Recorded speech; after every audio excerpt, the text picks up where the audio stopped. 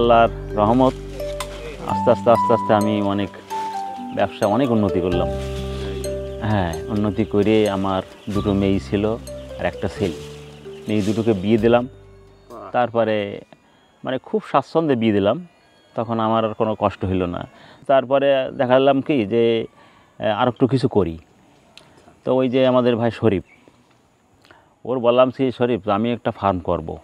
1200 এরকম চিন্তা ভাবনা করলাম যে একদিকে দোকান আছে, আমার ছেলে আছে, আমার স্ত্রী আছে, আমরা সবাই মিলে একটু করবো। তো আমার এই ভাই এসে শরীফ বললো যে ভাই যখন করতেছেন একটু বড় করে করেন, একটু সাশ্রয় হয় সব দিক দিয়ে। তা ওইটি পরামর্শ দিয়ে লম্বালম্বি এটা করে দিল, জায়গাটা ওইটি দেখাই দিল যে এইভাবে করেন। তাই করছি। তো আল্লাহর রহমতে প্রথমবারে আমার এই শেড উঠতেছে 4টি, এইটা হলে 4টি উঠবে, 4টি। তা প্রথম শেডে আমি বেশ ভালোই লাভজনক পাইছি আর কি। তারপরে এই যে গত শেড বিক্রি করেছি গত 15 দিন আগে। তাই এই শেডে বেশ আল্লাহ কিছু দিয়েছে আর কি।